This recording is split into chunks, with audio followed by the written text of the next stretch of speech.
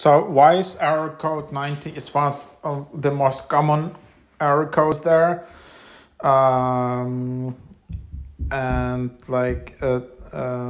so yeah, the thing is, with this error, please try to power cycle the camera error code 90, devices offline. So it's mainly caused by two factors. So either you have poor internet connectivity. Wyze cam works completely due to internet connection support, which means an error or problem with your Wi-Fi connection will greatly affect the performance of the Wyze cam.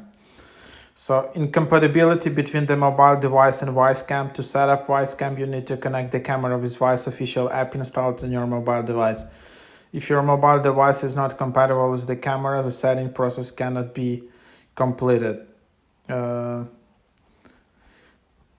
yeah, you can just reboot the Wyze cam, your phone, check your iPhone, just if your phone is compatible with the camera, check internet connectivity, and also what people write that can be one key micro SD card, so replug the SD card. The card hasn't been inserted properly or the connection is not done. So in this case, you can remove the micro SD card and put it back in, make sure if it's fully inserted.